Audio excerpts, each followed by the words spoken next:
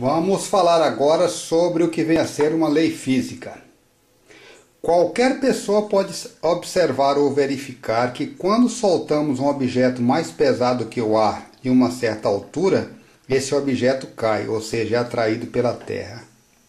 Quando colocamos um corpo quente em contato térmico com um corpo frio, o corpo quente esfria e o mais frio se aquece. Isso é uma regra, é uma constatação física.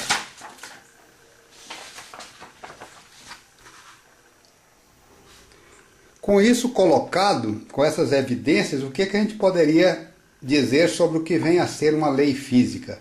É uma lei natural, ou seja, uma lei da natureza, sobre uma verdade científica, ou seja, nós estabelecemos essa verdade científica fruto da observação, ou seja, a lei física é sempre observável, é um fato físico observável.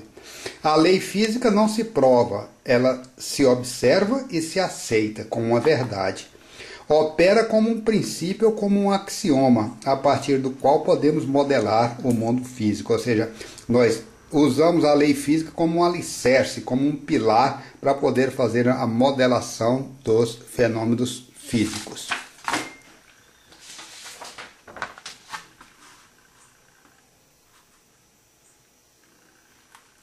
As leis da física são os princípios fundamentais sobre os quais nós modelamos os fenômenos físicos.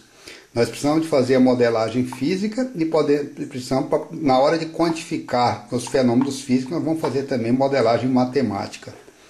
Cada lei física está associada a um fato físico ou a um fato da natureza. Ela é aceita como uma verdade.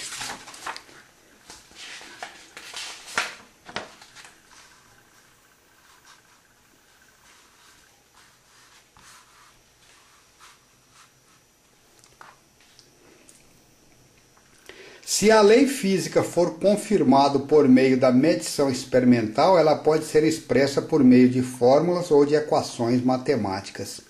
Uma lei física é uma generalização científica baseada na observação empírica. A observação empírica é aquela que é obtida por meio da experiência, por meio da experimentação.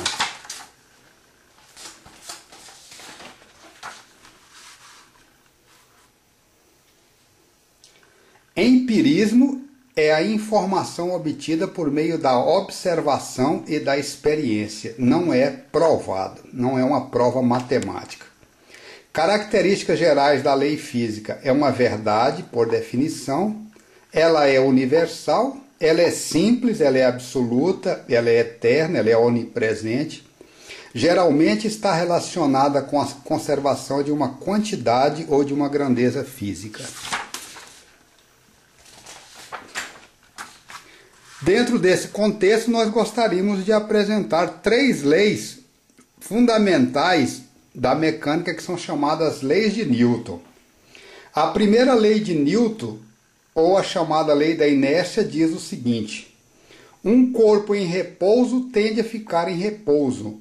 Um objeto ou um corpo em movimento retilíneo e uniforme tende a continuar em movimento retilíneo e uniforme. Corpo em repouso ou em movimento retilíneo uniforme não apresenta aceleração.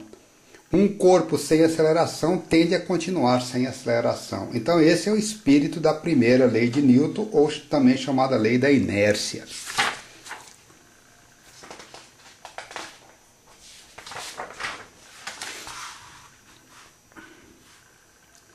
Vamos apresentar agora a segunda lei de Newton e nós vamos trabalhar em cima dela no futuro.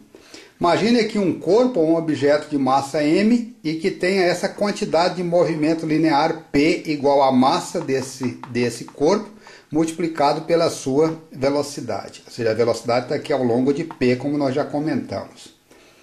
Na primeira situação, o corpo de massa m desloca-se linearmente com velocidade v e quantidade de movimento constante igual a p. Ou seja, ele está se deslocando aqui nessa direção, na direção de p. Então imagine essa primeira configuração, essa primeira situação. Segunda situação, uma força resultante Fr passa a atuar sobre o corpo a partir de um instante t igual a t0. Força resultante ou força líquida pode ser a combinação de diversas forças, ou seja, várias forças estão atuando em M, produzindo uma força resultante nessa direção. O corpo estava se deslocando nessa direção com essa quantidade de movimento P. Essa é a segunda situação.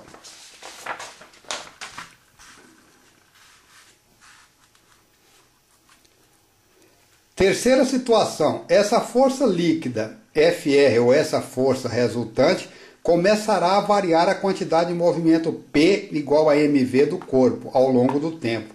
Então tinha aqui o corpo com essa quantidade inicial de movimento que nós estamos chamando aqui de P1 igual a mv. Tinha aqui a força, essa força resultante passou a atuar a partir do instante T0 e o corpo que tinha essa quantidade de movimento P1 inicial vai passar a ter a quantidade de movimento P2 dessa forma. A variação da quantidade de movimento ΔP é paralelo à força resultante, ou seja, ΔP será paralelo à força resultante. A segunda lei de Newton pode então assim ser enunciada. Uma força resultante Fr é algo capaz de variar ao longo do tempo a quantidade de movimento P de um corpo. Do ponto de vista, expressando isso do ponto de vista matemático, força resultante é igual a ΔP sobre ΔT, já que a massa do corpo é constante, ela não está variando ao longo do tempo, ele pode sair, então vai ficar força resultante é igual a m ΔV sobre ΔT, e o que é ΔV sobre ΔT? Nada mais é do que o vetor aceleração. Então a segunda lei de Newton estabelece uma relação entre força resultante e aceleração. A força resultante é igual ao produto da massa pela aceleração do corpo. Bem, já que a massa é um escalar positivo, o vetor força resultante é sempre paralelo ao vetor aceleração. A força resultante pode atuar no sentido de aumentar a velocidade do corpo de massa m, se ele está lá acelerado, ou a força resultante pode atuar no sentido de desacelerar a massa m do corpo que nós estamos estudando. Temos aqui, só para poder ilustrar, uma força F1 de 100 N para a direita, F2 de 20 para a esquerda, F3 de 30 para a esquerda, uma força líquida, aí ele estava deslocando para a direita, a força líquida vai ser 100, está aqui, menos 20, menos 30, uma força líquida para a direita de 50 N, o corpo vai acelerar. No segundo caso, 100 para a esquerda, 50 para a direita, ele estava se movimentando para a direita, tem uma força líquida de menos 50 para a esquerda, o corpo vai desacelerar. E sobre a terceira lei de Newton, o que a gente pode dizer é que